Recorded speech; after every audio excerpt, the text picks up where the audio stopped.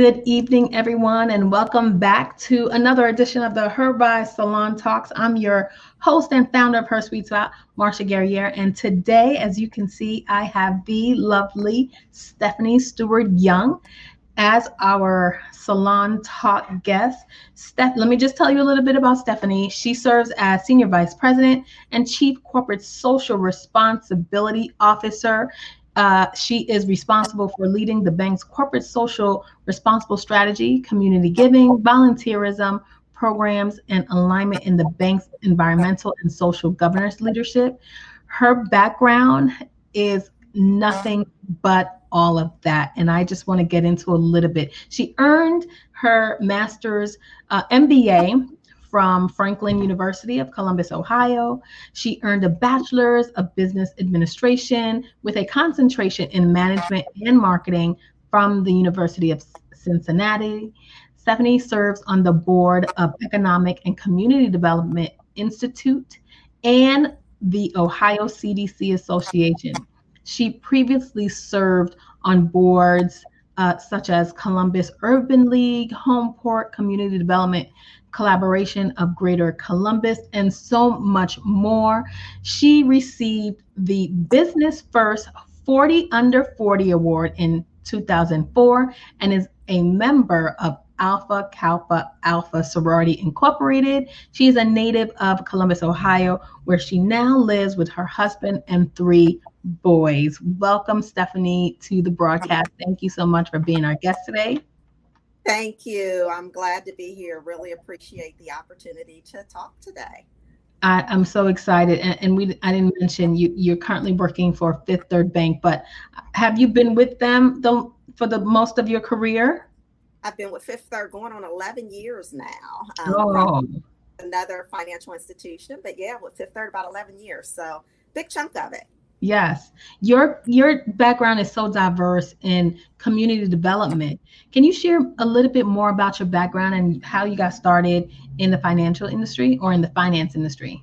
Yes. So I actually started in the financial industry in what we called back then the retail management training program. So it was a program that allowed you to rotate through various areas in the bank. So not only did I go through areas within the retail side of the bank, I also worked in commercial credit, got an opportunity to be a retail training instructor, managed in branches, but did just about every job and every role from teller all the way up to branch manager within the financial centers. And it was really designed to allow you to have exposure to the full bank. And once I went through that program, I was a branch manager for a few years, managing a number of different branches in not only inner city markets, but also upper income and more affluent areas as well. And about in 2001, so it's actually been about 20 years now, I transitioned over to the community development side of the bank and have been leading that work in responsibilities of progressing levels of areas within the bank, but still concentrated in that community development space. And so got into it, loved it, and have been there ever since.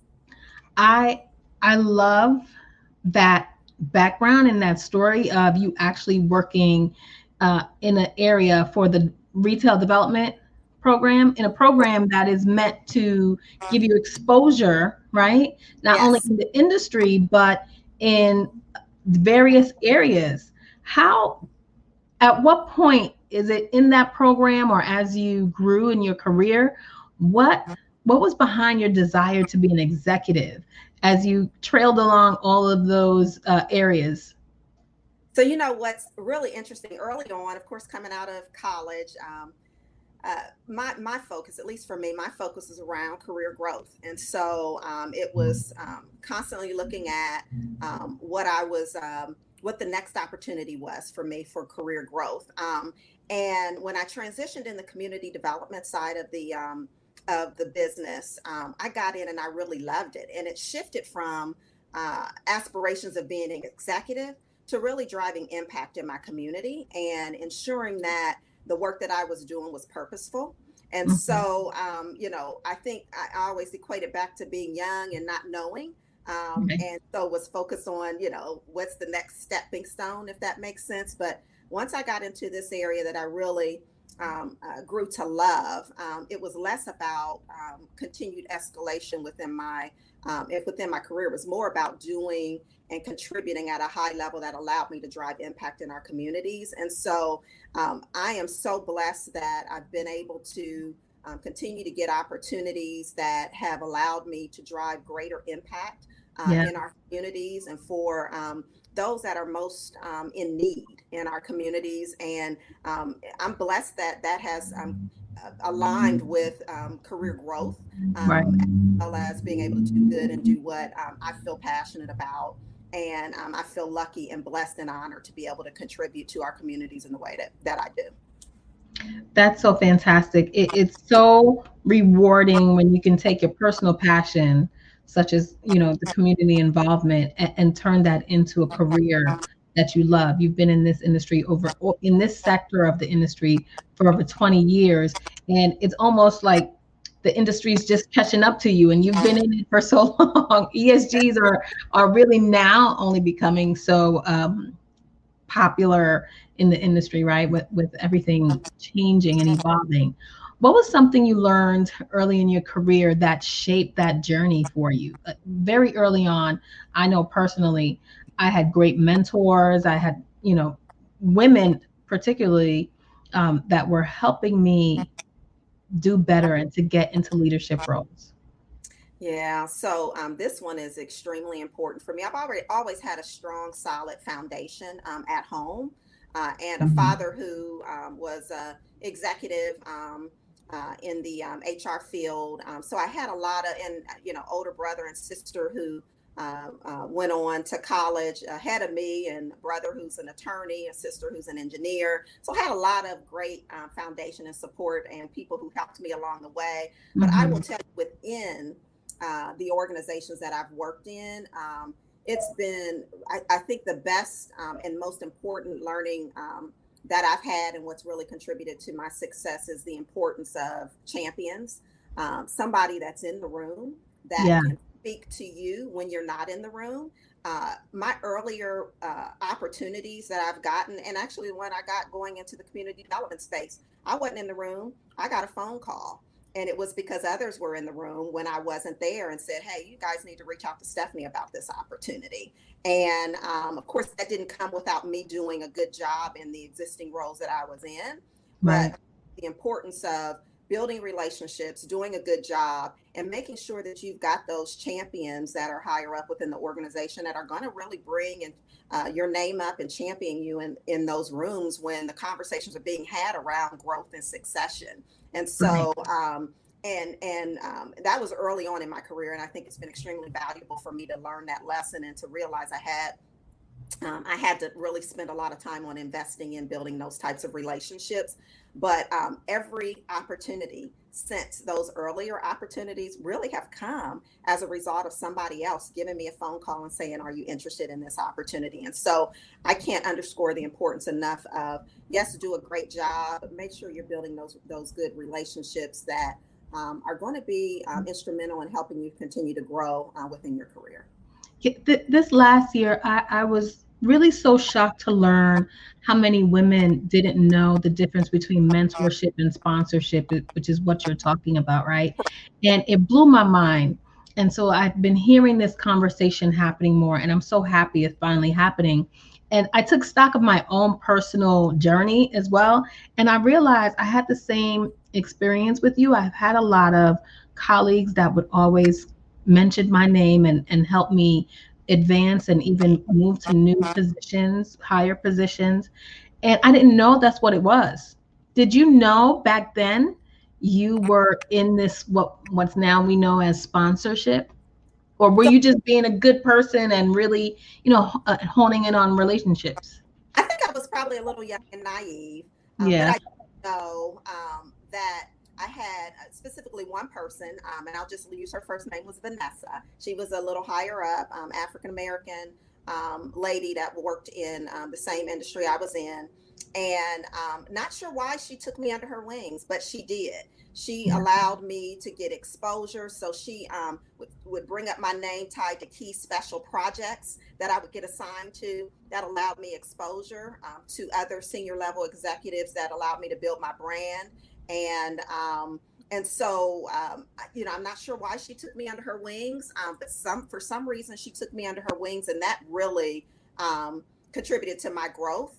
And I do believe that while I probably was a little naive at how important it was at that time, I knew what she was doing, because I knew those opportunities that I was getting, my other peers weren't getting them. Right. So I recognized that, but the impact that it had in my future progression, not only just from getting additional opportunities, but my ability to really grow my skill set and ability to interact with senior level executives, to take on larger projects, tasks, and initiatives that I can demonstrate that I could do and drive success around. And so that definitely contributed to my continued growth. And I always say, the lessons that you learn, you carry on with you throughout your career. And so I think to this day, those types of things are contributing to what I do. And I always think about this. She really taught me a great lesson early on. As you climb, you got to reach back and pull people with you. And that's what she was doing. And at the time, did I recognize it to that extent? No, I just kind of thought she was nice and we got along well. She was older than me. And I learned a lot from her. And I contributed to her success as well, quite frankly. And I recognize that now. And that was mutual, correct? Not anybody's going to champion anybody. And so, I'm sure she was really selective in who she chose to align herself to bring along as she climbed as well. Do you think, was it a matter of representation, and now that being such a big, statement that representation matter, we finally see people that look like ourselves in certain positions? And I can imagine those years ago, being in fintech and FinServ for so long, being the only one on an entire team or in an entire meeting, working directly with senior executives, I can imagine. So beyond that lesson, which is a huge lesson, are there other big lessons you learned as you were breaking the barriers towards the C-suite?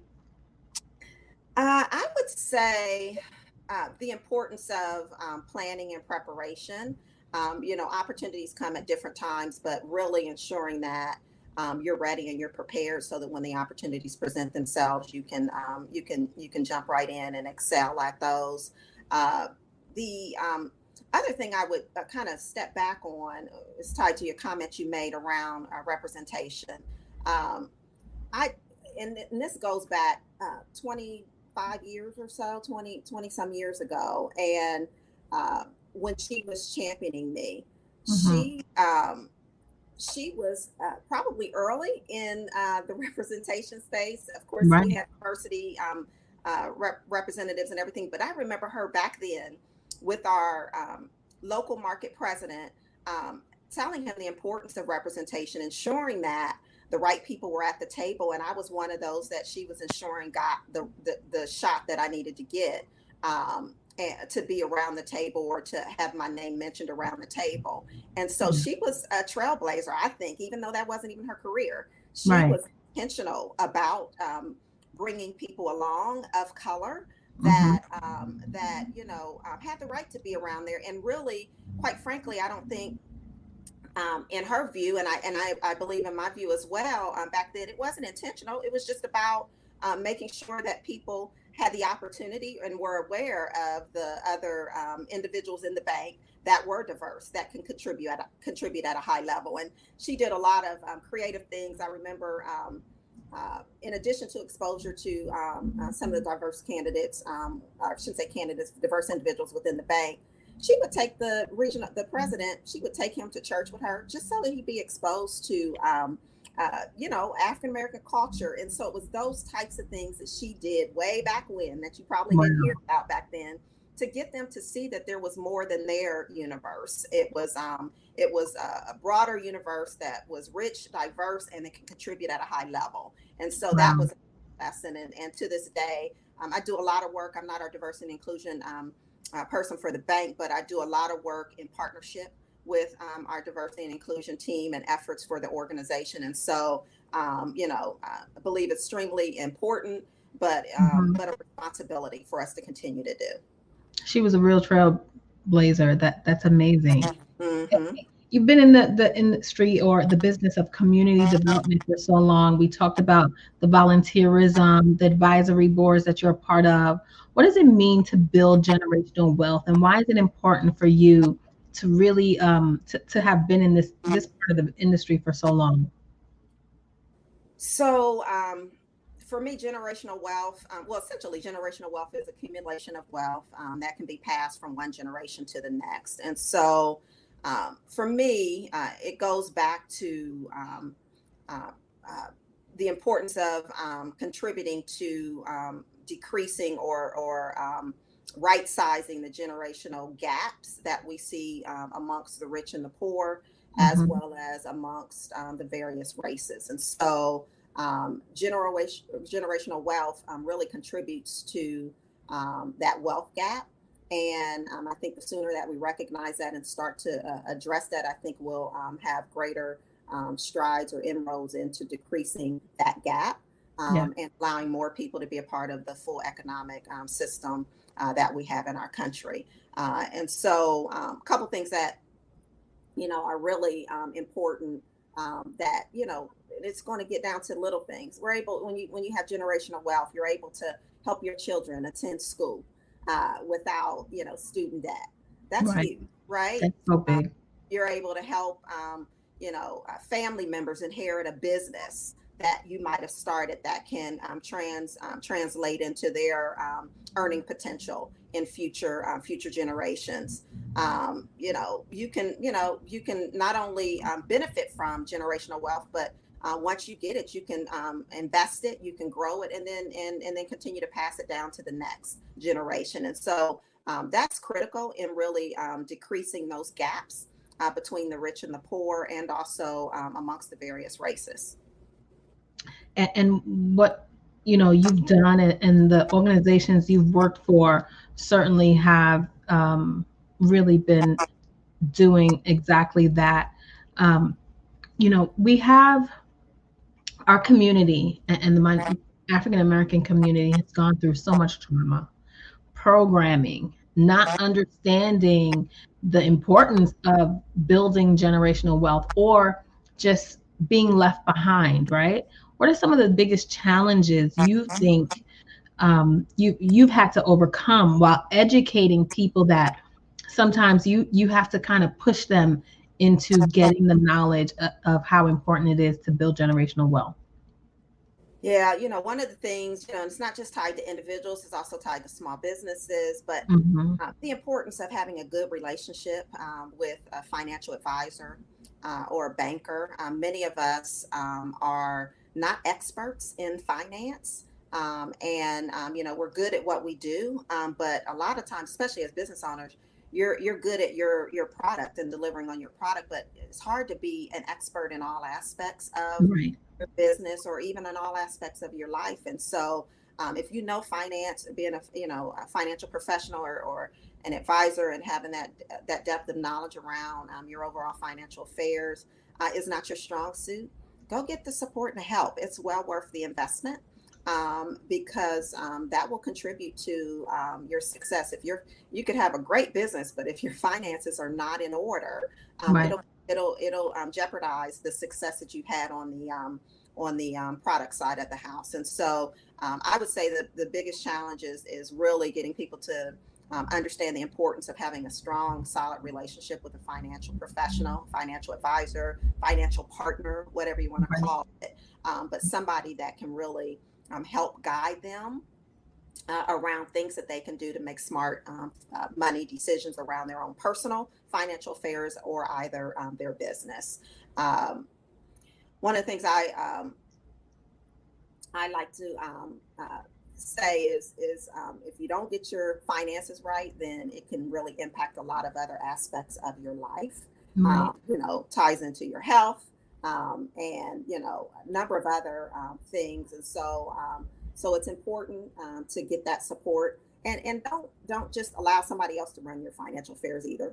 Make sure that you understand what's happening, but recognize Oprah says she never lets a check go by without her signing and looking exactly. at it. Exactly. So not saying that you've got to be an expert in it, but you need to know what's going on. That's right. And have a good knowledge of that. So invest the time to learn and to grow your knowledge, but recognize you're not an expert if you don't do that day in and day out, and go get those experts to help guide not only your personal but also small business affairs as well, financially.